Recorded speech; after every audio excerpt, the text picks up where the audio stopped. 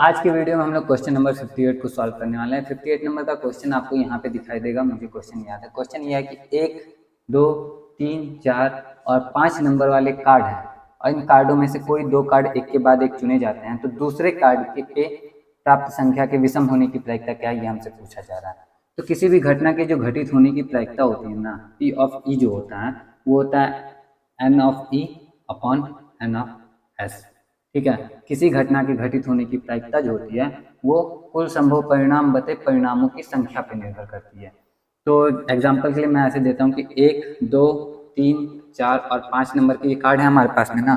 तो अब इसमें से कोई एक कार्ड चुना जाना है, तो उसके 2 नंबर के होने की प्रायिकता क्या होगी। तो 2 नंबर का कार्ड कितना है, तो 2 नंबर का कार्ड तो भाई हमारे पास सिर्फ एक ही है। और कुल कितने कार्ड हैं, तो कुल कार्ड हमारे पास 5 हैं। तो नंबर ऑफ ई 1 हो जाएगा, नंबर ऑफ एस जो है 5 हो जाएगा, और इस तरह से पी ऑफ ई जो हो जाएगा यानी प्रोबेबिलिटी ऑफ ई, घटना ई के घटित होने की प्रायिकता, वो 1/5 हो जाएगा।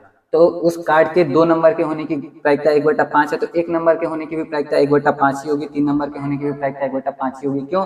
क्योंकि समष्टि समुच्चय जो है NS जो है, समष्टि समुच्चय के संख्याओं की जो संख्या मतलब समष्टि समुच्चय के अवयवों की जो संख्या है वो तो हमारी 5 है, वो तो फिक्स है, नीचे तो 5 आएगा, ये सर्टन है। लेकिन ऊपर क्या आएगा, तो एक ही बार था इसलिए एक आने की प्रायिकता 1/5, 2 भी एक ही बार इसलिए 2 आने की प्रायिकता भी 1/5, 3 एक ही बार इसलिए 3 आने की प्रायिकता भी 1/5। इस तरह से होता है हमारा ये। ठीक है, आगे बढ़ते हैं, थोड़ा सा ऐसे समझते हैं आप इसको कि एक क्वेश्चन इसी तरह से है, लेकिन अब हमसे पूछा जा रहा है कि किसी सम संख्या के आने की प्रायिकता क्या होगी। कोई भी एक कार्ड चुना गया, उसके सम संख्या होने की प्रायिकता क्या है ये बताओ। तो सम संख्या हम देख रहे हैं यहाँ पे ये सम है और ये सम है, तो यहाँ पे सम संख्या के लिए इवेंट जो है नंबर ऑफ इवेंट वो हमारे पास 2, अवयवों की संख्या हो गई 2, क्योंकि 2 सम संख्या है इसमें। और अब प्रायिकता जब पूछा जाएगा हमसे इस घटना की घटित होने की प्रायिकता यानी कि सम संख्या आने की प्रायिकता, तो आएगी हमारी 2/5। और यही विषम संख्या आने की प्रायिकता पूछा जाता, तो विषम संख्या कितना होता है हमारे पास 1, 3 और 5, यानी कि कुल विषम संख्या है 3 और 3/5 विषम संख्या आने की प्रायिकता होता है। लेकिन अब यहाँ पे हमसे पूछा जा रहा है कि पहले कार्ड के नहीं दूसरे कार्ड के विषम होने की प्रायिकता बताओ। तो दूसरे कार्ड के विषम होने के लिए हम पहले क्या करते हैं, समष्टि समुच्चय बना लेते हैं, जिससे समष्टि समुच्चय के अवयवों की संख्या निकालना हमारे लिए आसान हो जाए।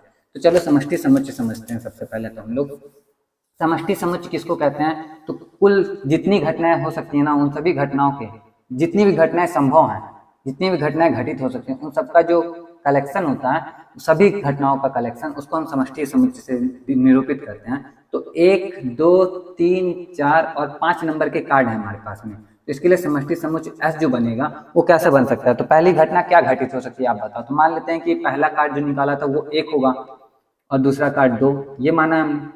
हो सकता है कि पहला कार्ड 1 और दूसरा कार्ड 3 हो सकता है पहला कार्ड 1 और दूसरा कार्ड 4 हो सकता है पहला कार्ड 1 और दूसरा कार्ड 5 हो। इसमें से अब पहला कार्ड 1 तो वाला तो सारा हमारा हो ही गया, तो अब इसी तरह से हम क्या करते हैं 2 और 4 और 5 का भी कर लेते हैं। तो 2 और 1 ये भी एक घटना हो सकती है, 2 और 3 ये भी एक घटना हो सकती है, 2 और 4 ये भी एक घटना हो सकती है, और 2 और 5 ये भी एक घटना हो सकती है। आगे देखते हैं, तो 3 और 1 ये एक घटना हो सकती है, 3 और 2 भी तो हो सकती है ना, 3 और 2 भी एक घटना हो सकती है, 3 और 4 भी एक घटना घटित हो सकती है, 3 और 5 ये किस तरह की घटना है। समझ रहे हैं कि यहाँ पे हमें बताया जा रहा है कि पहला कार्ड जो निकाला था वो 1 नंबर का था, दूसरा कार्ड 2 नंबर का है। ऐसा भी हो सकता है पहला कार्ड 1 नंबर का था और दूसरा कार्ड 3 नंबर का हो। ऐसा भी हो सकता है कि पहला कार्ड 1 नंबर का था और दूसरा कार्ड 4 नंबर का हो। तो इस तरह से जितनी संभव है वो सभी हम लिख रहे हैं यहाँ पे, इसलिए इसको हम समष्टि समुच्चय कहते हैं कि जितनी घटनाएं संभव हो सकती हैं उन सबका जो समुच्चय होता है उसको समष्टि समुच्चय कहते हैं। तो अब 1 का हो गया, 2 का हो गया, 3 का हो गया, तो 4 का भी लिखते हैं। 4, 1, 4, 2, 4, 3 और 4 और 5, क्योंकि 4 और 4 तो हो नहीं सकता, क्योंकि 4 निकल गया एक बार, तो 4 तो दोबारा उसमें रहेगा नहीं, तो इसलिए 1, 1 नहीं है, 2, 2 नहीं है, 3, 3 नहीं है और 4, 4 भी नहीं है। अब फिर से यहाँ पे बचा 5, 1, 5, 2, 5, 3, 5 और 4। तो ये वो सभी घटनाएं हैं जो इसमें घटित होने की इसमें घटित हो सकती हैं। यहाँ पे बोला गया कि एक कार्ड निकालता है, एक के बाद एक और कार्ड निकालते हैं, तो दूसरे कार्ड के विषम संख्या होने की प्रायिकता क्या है। तो ये वो सभी घटनाएं हैं जो घटित हो सकती हैं। अब ये नंबर ऑफ एस हमारा कितना आ रहा है वो देखो, नंबर ऑफ एस जिसको हम एनएस कहते हैं। तो एनएस हम गिन लेते हैं इसको डायरेक्टली, हमारे लिए इजी रहेगा। 1, 2, 3, 4, 4 का 4, 4 दूनी 8, 4 तिया 12, 4 चौक 16, 4 पच्चीस 20। तो NS जो हो गया वो तो 20 हो गया।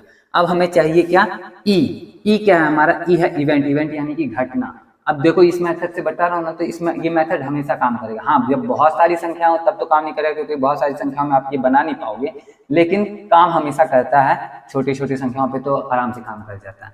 तो ई मतलब इवेंट यानी कि वो घटना हमें बताना है जिसमें कोई बाद वाली जो संख्या है वो क्या है, विषम संख्या। तो बाद में देखते हैं तो क्या इसमें विषम है, नहीं इसमें नहीं है, इसमें विषम है, इसमें भी विषम है। तो ये दोनों घटनाएं हो सकती हैं। उसके बाद इसमें विषम है, इसमें विषम है, इसमें भी विषम है, तो ये 3 मिल गया हमें।